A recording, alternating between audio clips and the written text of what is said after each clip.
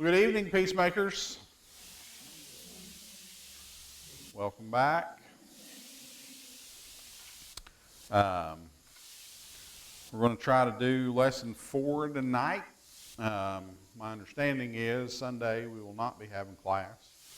So we will do lesson 4 tonight. And then my plan is for next Wednesday that what I'd like to do is maybe just kind of pause and actually talk about some examples of conflict and kind of talk through what we've gone over so far, kind of some of the principles we've talked about, and just kind of think through some things with that. Maybe just take a little pause from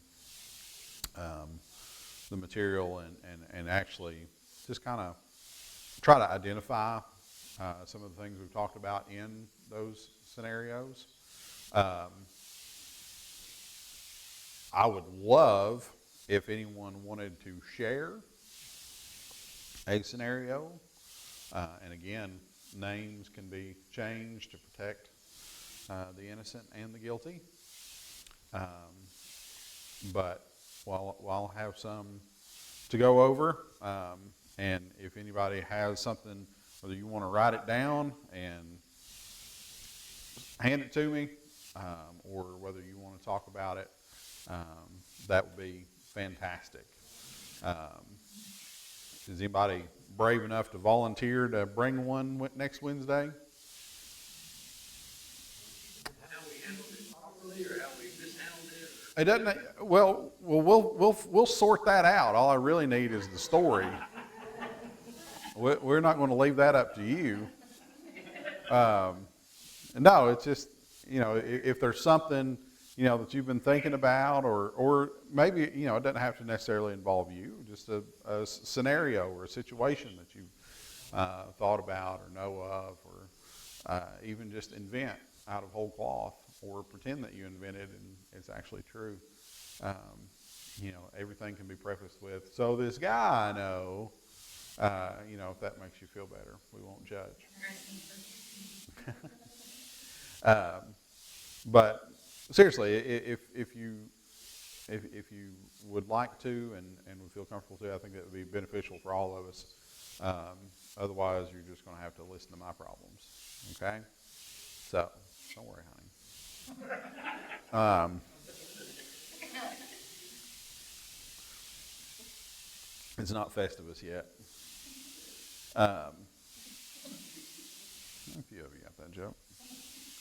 All right, so we're going to dive into lesson number 4. And lesson number 4 is about, so again, we're getting into the section of the material about the second G of the 4 G's. Does anybody remember what the second G is?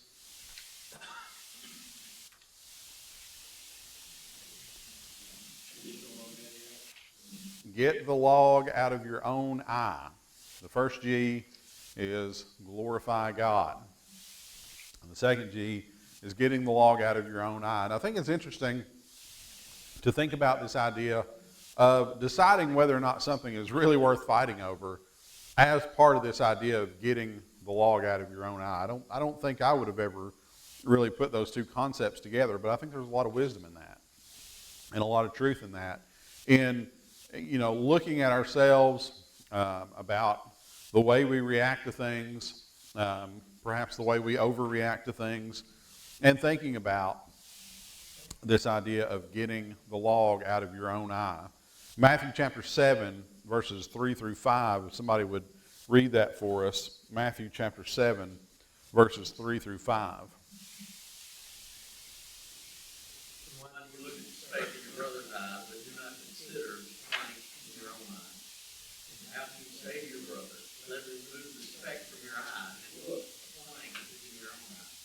Hypocrite, first remove the plank from your own eye, and then you will see clearly to remove the speck from your brother's eye. Very good. So, before we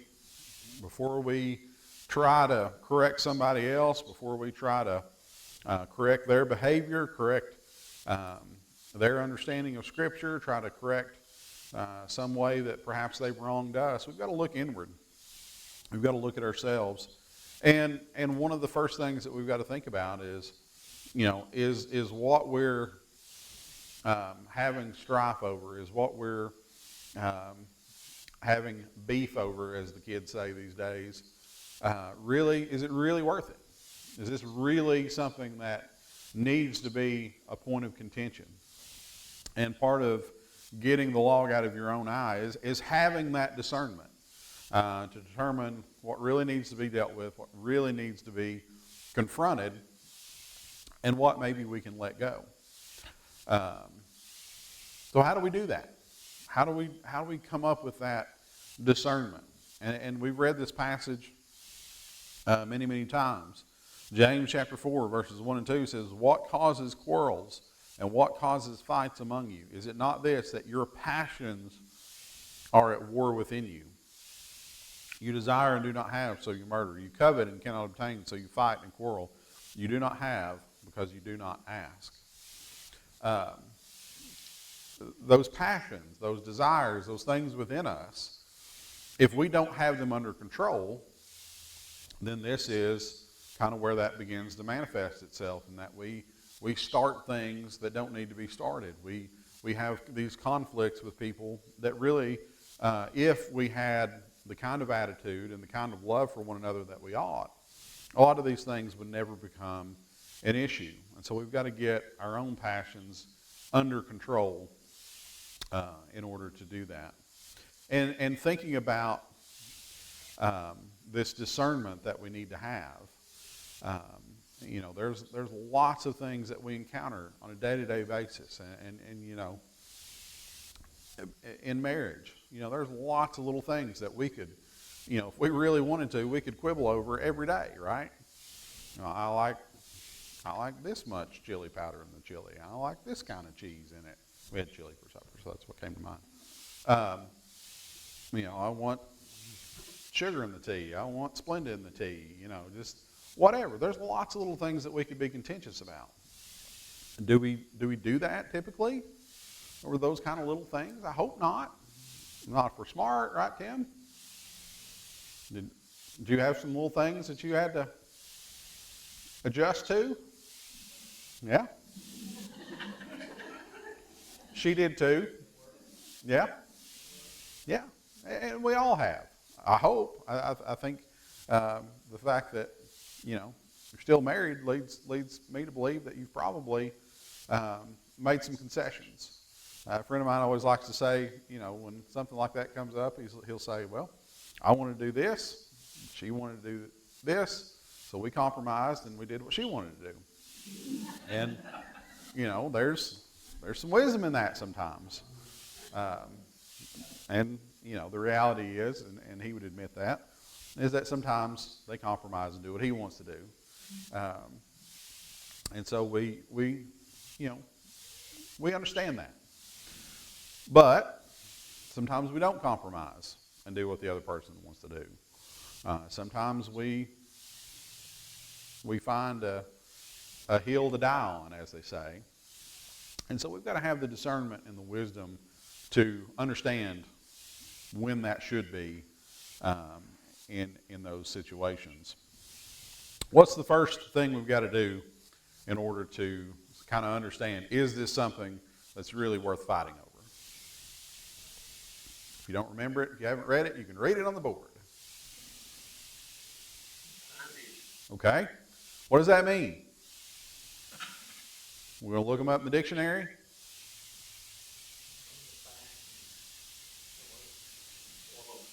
Okay, we've got to get at the heart of it, right? We've got to figure out, what is it we're actually upset about? What is this really about? And I think a lot of times we fail to do that, and we fail to understand what we're really fussing about, because so many times what we start talking about when we have a conflict, when we have some little spat about something, what we start talking about is not what it's really about. There's some superficial thing that we're willing to talk about, and there's something underneath the surface that we don't want to talk about.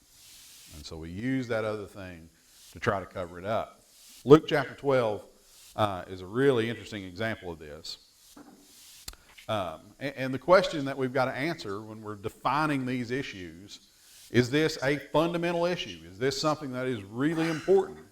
Is this a doctrinal issue? Is this a matter of biblical principle? Is this a matter of godly wisdom? Or is this just a matter of preference? Is this just a matter of, this would really be good for me.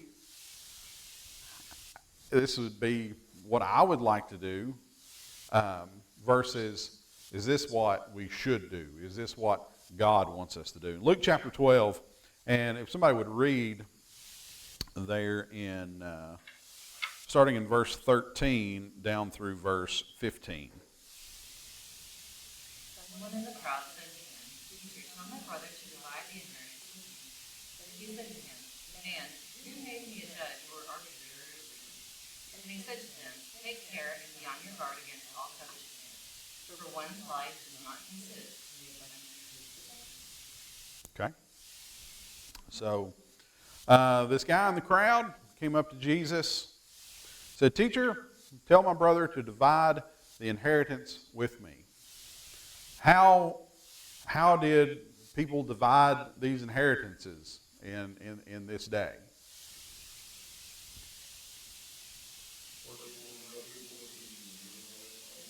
Okay, so under Jewish custom, and as we understand, there was an extra portion for the firstborn, and then everything else got split up thereafter. That was well understood, right? This matter of the law, I don't think this was a problem. So why is this person coming to Jesus to bring this up? Jesus says, "Man, who made me a judge or arbitrator over you?" Jesus says, this is not what I came for. I'm not here to tell you how to divide up your father's property. I'm not here to do accounting. I'm not here to be the master commissioner of Judea. This is not my purpose. You know the law. You don't need my help. There's plenty, hundreds probably, of priests and lawyers and people who could explain to you what the law says about dividing up the property. What does Jesus go on and say to him?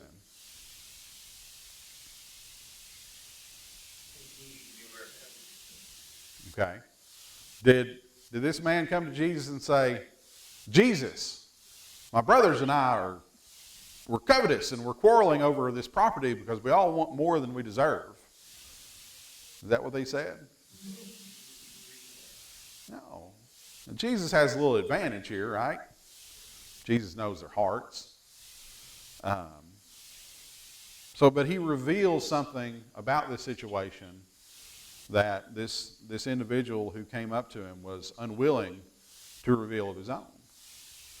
And I think that's what we're really getting at when we talk about defining the issues.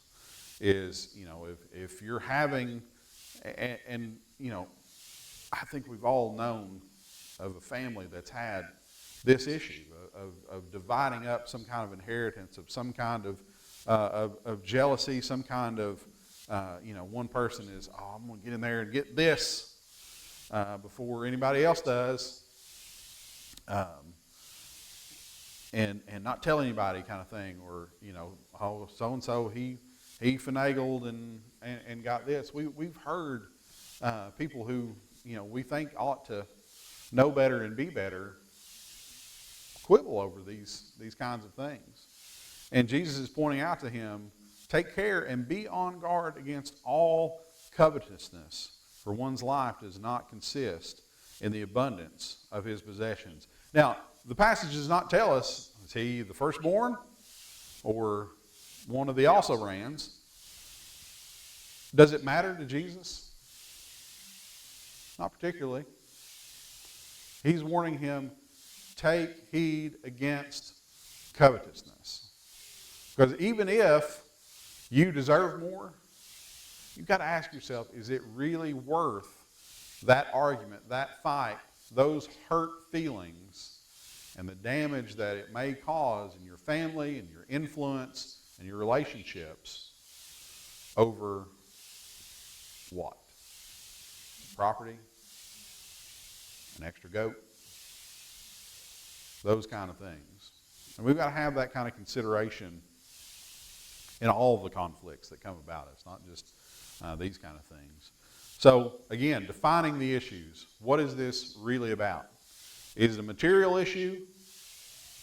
Something that we need to settle via the law, via some principle? Is it a doctrinal issue? Is it a personal issue? How do we need to settle this? And what is it going to require of me, perhaps, to give up in order to make that happen?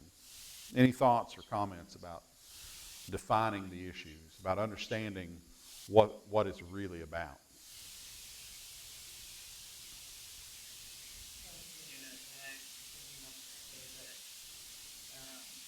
Defining the issues can sometimes bring about confusion. Mm-hmm. And once you figure out what was actually being said, Yeah. instead of what was being said, that I can do for reflection, it would be nothing. Right. Right. Again, understanding what is it really about. Sometimes, as you said, there may be some miscommunication, some misunderstanding that may be leading to this, or it may be somebody, probing about something else. Whatever the issue may be, it's important to have the wisdom to stop and to listen and to try to figure out, what are we really concerned about here. The next thing is understanding that we need to overlook minor offenses, and understanding that, there are things that are minor. And Proverbs chapter 19 and verse 11 talks to us about that and reminds us that a person's wisdom yields patience. It is one's glory to overlook an offense. And we've talked a lot about how conflict is an opportunity for us to grow. And one of the ways that may be is simply by overlooking it, simply by allowing it to just pass and to not be something that we make into a big deal. To have the patience to overlook is very much important. I think we've all dealt with somebody at work, somebody in the church, somebody in our family that does something that just drives us crazy. Just some little thing. And it can be not even, any kind of a bad thing, just a habit that they have. Or, the way they say something, or the way they do something, or, some noise they make. I don't know. Just some little thing that gets under our skin. Are we going to be the kind of person that allows that to create friction in our relationship, that we can't be friends, we can't get along, we can't work together in harmony and in unity because, your jaw clicks when you chew? I hope we're not those kind of people. But again, some of that comes with the understanding that as much as, other people may do things that annoy us, do we forget sometimes that they're probably sitting there forgiving us for our annoying traits? For the things that we do, the habits that we have. How much grace are we being given that we don't even know about, that we don't even realize? It should give us pause and to help us to understand that even in the little things, the kind of patience that we want from one another and that we certainly want from God, we need to have the ability to demonstrate ourselves. Any thoughts about that? How do we do that? How do we make a habit of overlooking minor things, of letting things go? I think sometimes, at least in my experience, I've found that when I think I'm overlooking, if I'm not speaking up about it, and I start to think, well, I'm doing so well, I'm not letting this get to me, but then something happens, like it drops down right wrong, right, because I'm not, I may not be confronting it right then, and I think that's overlooking. And so sometimes when we have those more minor offenses, just, we're calm in that moment because we're like, I can't do what's that. But just saying, hey, when you leave your dishes in the sink, that really adds a lot of work for me. So if you can just, or whatever that minor offense is, I don't think overlook always means, at least for me, overlook doesn't always mean don't address it. Sure. It just means I can address this in a calm way because Satan's tricky, right? He makes me think I'm overlooking, and then all of a sudden I'm an outburst. What are you talking about? And so, overlooking can look in different ways. It can look like forgetting about it, but it can also look like just bringing things up in moments are calm so that you're able to address it and kind of get it out of you and communicate it calmly so that it's not building up hate for it. I don't know if it makes sense. Yeah, no, I think it does. And I think really defining the issues and overlooking minor offenses really go together, don't they? Because if we're, as you said, no, I'm not going to say anything about this little petty thing that's annoying me. But I am going to let it bother me to the point that I say something about something else. And instead of reacting calmly to that, I'm just going to blow up because all this other tension has been building up. Absolutely. I mean, you can sometimes deal with something and still overlook it. Almost like reflecting on, it's almost like I feel like I've overlooked all these things and I'm here to do this, right? Right. And so, yeah, I'm saying you get this that way, but yeah, defining the issues as you go so that you can overlook. Like, hey, I'm not mad, but next time you help me with this or whatever, instead of Absolutely. ignoring it. Right. So yeah, there's definitely different ways to deal with that, and I definitely think that those first two are tied together. But understanding how to overlook minor offenses, I think, comes from this one as well, this idea of checking your attitude and changing it. Attitudes are everything. The old saying, I forgot what the old saying was, but there's some old sayings. Go with them. Yeah. Oh, you don't even know. Checking your attitude is very important, and having the self-reflection to realize what our attitude is before we confront an issue. How do we check our attitude?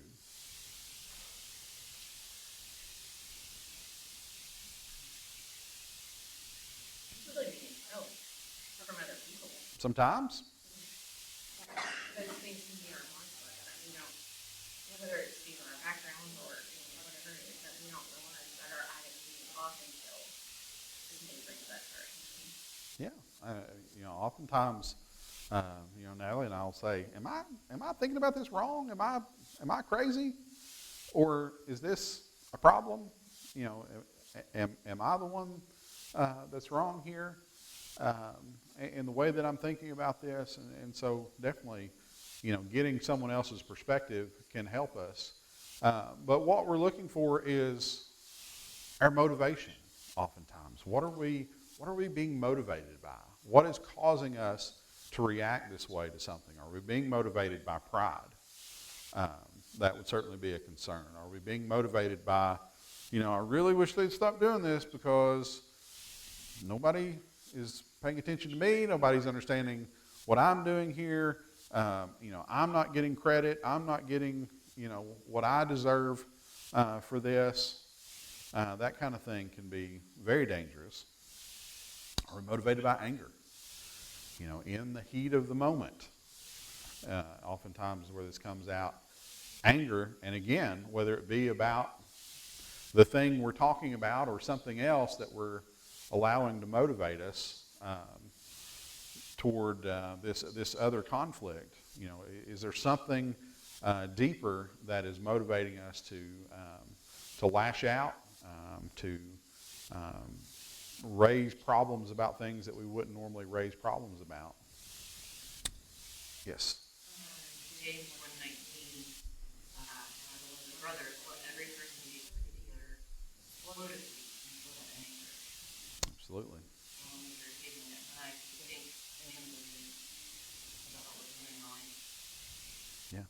It's really easy for us to respond from anger quickly, and in that moment, feel justified in it.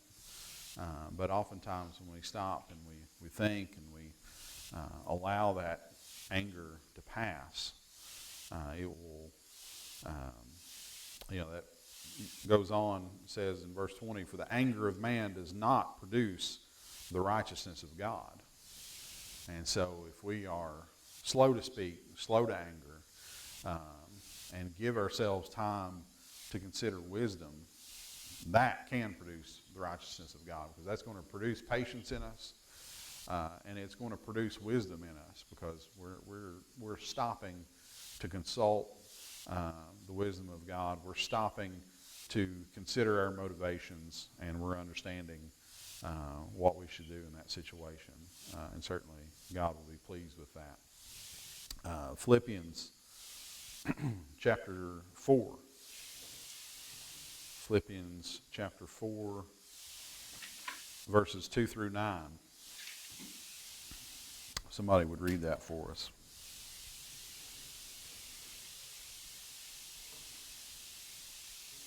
And entreat Euodia, and entreat Syntyche to agree in the Lord. If I ask you also, true companions, help equally and labor side by side with the gospel together with Clement and the rest of my fellow workers, whose names are in the book of life. Rejoice in the Lord always. Again, I will say rejoice. Pay reasonable consideration to everyone, including the hand. Do not be anxious about anything, but in everything by prayer and supplication, thanksgiving, let your request and make peace known to God. And the peace of God, which passes all understanding, guard your hearts and your minds in Christ Jesus. Finally, brothers, whatever is true, whatever is honorable, whatever is just, whatever is pure, whatever is lovely, whatever is commendable, if there is any excellence, if there is anything worthy of praise, think about these things. What you have learned and received and heard and seen in me, practice these things, and the God of peace will be with you. All right, thank you. So, verse 2, get a really specific exhortation here, don't we? Very specific. What is that exhortation?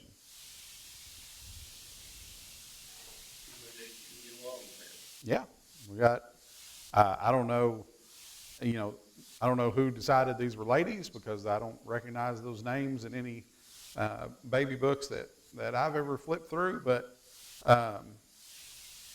I'm told they are ladies, and they didn't get along about something, and such that obviously this was known.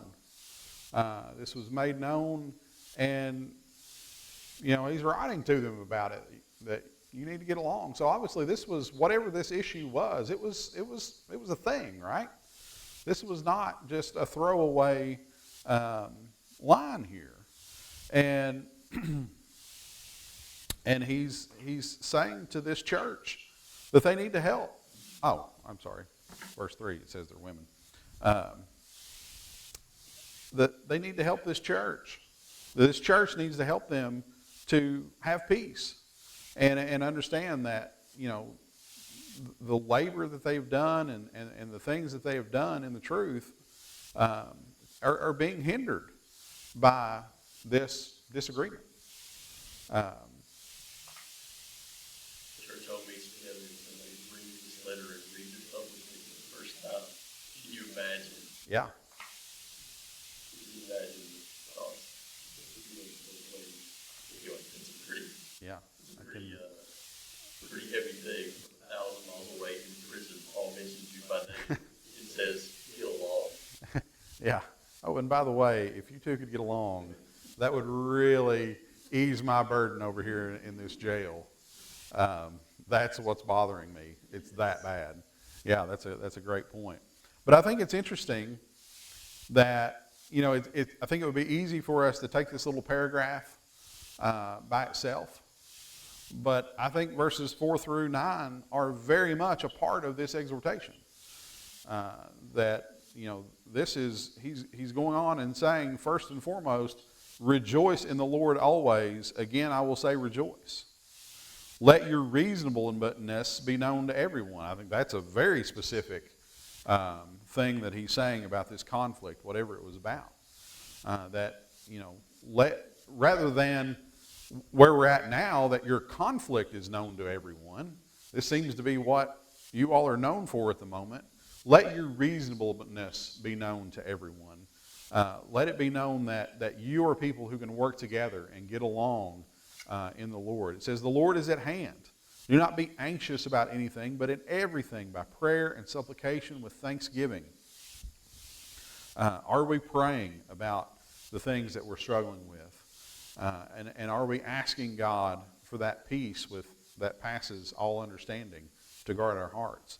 And then he goes on in verse 8 and says, finally, brothers, whatever is true, whatever is honorable, whatever is just, whatever is pure, whatever is lovely and commendable, any excellence, anything worthy of praise, dwell on these things. And, I think we often read this passage a lot, but we don't read it in this context of conflict. We start at verse 4 and go on. We don't go back and see what he's really talking about specifically here. He's reminding them that there are a lot of things that you need to be dwelling on. There are a lot of things that you need to be concerned about, that you need to be filling your hearts and your minds with. And it's not that. It's not this spat, whatever it is. In the context of conflict, it's identifying those things in the other person. Yeah.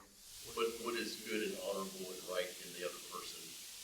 Absolutely. Like that for a minute, see if that doesn't change our perspective on the conflict. Yeah. If you would just stop and look at your brother or your sister the way you would want them to look at you, the way that you would want to consider you, consider one another in love, how many of these things would be solved before they ever got started?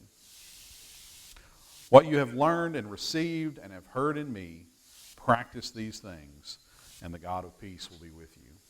That's what we want. We want the God of peace to be with us. Or at least we say we want that. I think we want it, but sometimes we really have a hard time allowing the God of peace to replace the God of self. And that really is all about our attitude. And as Michael said, when we're considering the conflict that we have with a brother or a sister, or even someone outside the church, are we looking for the good in them? Are we looking at their interests? Are we considering their needs and their interests? Or are we purely looking at ourselves? Excellent, excellent stuff.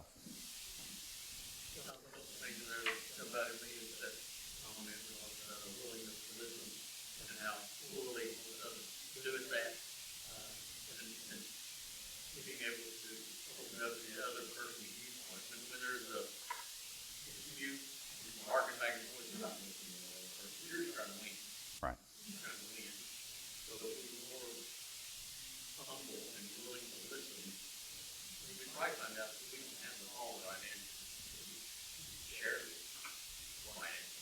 And very often we would find out that we agree on a lot more than we think. I'm always a little bit taken aback sometimes when we discuss with someone, that's part of a different denomination, and we kind of come at them with these preconceived notions of what they believe. And then we talk to them, we listen to them. Maybe we're not 100% in agreement, but we're a lot closer than we thought. And that really ought to give us pause in the way that we approach people and the way that we teach, in that, sometimes we just don't bother because we're so far apart. We just think about things so much differently. It may not be that that's the case. And it may be that our attitude toward that person and our attitude about what we think we know is not accurate. And our attitude is what's standing in between us and that person, and what's standing in between that person and the gospel even. Absolutely. So we need to consider that and consider how we can let our gentleness, or some translations say reasonableness, be evident to all, and that be our reputation. You know, I think we've all experienced the reputation that often we have in the church. I would say every one of us has had somebody say, "So y'all think you're the only ones going to heaven, right?" Heard that, right? There's a reason for that. Somebody has not communicated something well. Somebody has not done a good job of teaching. Somebody has not done a good job of letting their gentleness be evident. And we need to not let that be said of us when we try to teach and we try to be an example. Part of that, you know, if we're going to treat other people the way God and Jesus treat us, then we need to see the best, not the worst. You can imagine how Romans 5 would read if Christ saw the worst, or not any such thing. And so, whether it's a denominational friend or somebody in our family or an acquaintance or whoever it is, trying to understand, well, in the context of like religious discussion, instead of taking maybe, and I mean, the thing that you said about the Church of Christ, like that reputation is kind of the most extreme version, right? And so perhaps what we have heard about other people's beliefs are the most extreme version. And so taking a more reasonable approach that sees the best, that is, this person is sincerely doing what they can. It's not like they're reading the Bible and they see that this thing is condemned and they're just choosing to do it anyway. Like, what's their reasoning? What's their belief system? Or, you know, if it's a friend or a family member, like, what's your story? What's your background? Because most of the time we see somebody doing something that seems unreasonable to us, and so there's a judgment which can lead to a conflict or some sort of negative feeling. But if we talk to them, most people are acting reasonably with what with the hand that they're dealt, as reasonably as they can. And so, as much as we can see the best, so that we can learn the story, so that we can handle the discussion in a way that isn't condescending. Well, if you learn what led them here, you can understand what led them. Absolutely, absolutely. You know, we often say that, you know, God will meet people where they are, but sometimes we're the ones who are unwilling to meet them where they're at and try to help them on the path. The next thing is counting the cost, and we talk a lot about that. We sing that song, "Have you counted the cost?" We talk a lot about that in the context of salvation, but we need to count the cost of conflict, and you know, we need to understand what the ramifications of conflict can be. You know, as we talked about in the beginning about overlooking little things, you know, sometimes we know that it's just not worth poking the bear, right? And whatever it is, you know, we can deal with it. We can get along without it. But we have to think about how will confronting this issue affect our relationship? Is it, you know, it's going to cause some kind of confrontation. It's going to cause some kind of difficulty, hopefully in the very short run. And we've got to be willing to get through that. But the other thing we have to consider is how will not resolving this conflict affect our relationship? And I think that those two questions paired together can help us figure out what's worth dealing with, what's worth making an issue of, and what's not. Because if not resolving it is not an option, you know, if it's only going to lead to more strife, to more things festering and becoming a problem, and certainly if it's going to lead to more sin, more problems in the church, more problems in our marriage and our family relationship, whatever it may be, then we've got to try to figure out a way to press pause and get to a place of restoration and reconciliation. We're running a little bit out of time here, but Matthew chapter 5 talks a little bit about that when, Jesus is talking about coming to terms quickly with your accuser. He's reminding them, those who were going to law with their brethren or had a debt with their brethren, saying, if you've got this debt, if you've got this thing outstanding with your brother, remember, if he hands you over to the judge, then it's up to the judge. You're no longer going to be at the mercy of your brother. You're no longer going to be at the mercy of someone who maybe at least at one time had some affection for you that may have been tainted by whatever the problem was. You're going to be handed over to somebody who doesn't know you and doesn't care who you are. And so we need to be careful to understand what the consequences of allowing something to go on versus trying to seek peace and mercy and reconciliation, counting the cost. And again, it may be that we're in for a difficult road, and certainly the Scripture leads us to understand that there are times when things have to be confronted, when there is sin, when there is things that the church cannot be attached to, that cannot be allowed to be among the body of the saints. Those things have to be dealt with, and certainly in our families, we have to consider the influence of someone who is walking disorderly, who is not obeying the will of God. Are we going to allow them to influence our families, our children, especially, or are we going to say, hey, we can't be a part of that, and I've got to limit, your influence on my family. We've got to count the cost in those things and understand that it may be difficult, but it may be something that God can use to bring them back to the truth. It may be something that God can use for good. And the last thing here, and this is a topic that we could probably go on for days, but one of the questions that comes up, and I think this goes all the way back and kind of ties back to that first passage we read. What about my rights? Again, we don't know what the birth order of this guy that came to Jesus and talked about his inheritance was, but I don't think it would be out of the question that he might have been the firstborn who deserved, under the law, the double portion. Certainly that would be the one who would be most interested in making sure that the law was followed. What about my rights? I think we have to consider that what we have the right to do is not always what's right to do.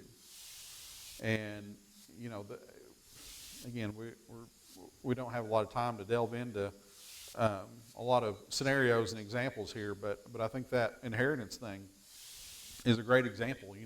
Imagine a scenario in which this older brother is uber wealthy and his brothers are not, and now he's demanding this double portion when their kids are going hungry. Would it be a godly thing for that person to do, to say, how about you guys take this and take care of your families? I'm good. I don't need this. He has the right to that double portion, but there might be something more important. Philippians chapter 2, as we read, look to the interests of others. Again, checking our attitude. Oftentimes when we start invoking our rights, we're doing so out of selfishness. We're doing so because those rights are what makes me happy, and I don't really care what it does to you. 1 Corinthians chapter 10, verse 31. So whether you eat or drink or whatever you do all to the glory of God. Give no offense to Jews or to Greeks or to the church of God, just as I try to please everyone in everything I do, not seeking my own advantage, but that of many, that they may be saved. Be imitators of me as I am of Christ. There were lots of things in Paul's day that people were contentious about, and especially in the first century of bringing together people who had lived and served under the old law and followed that and practiced that with people who had not. And even though Christ gave everyone a lot of liberty, Paul talked to them about, sometimes you might have to just try to get along. This person who has this tradition, this thing that they're holding on to, whatever keeps the peace is more important than being right and more important than invoking your rights. Thank you, guys. Again, we will not meet on Sunday because of the special lessons, and next Wednesday we're going to talk about some other things. Thank you.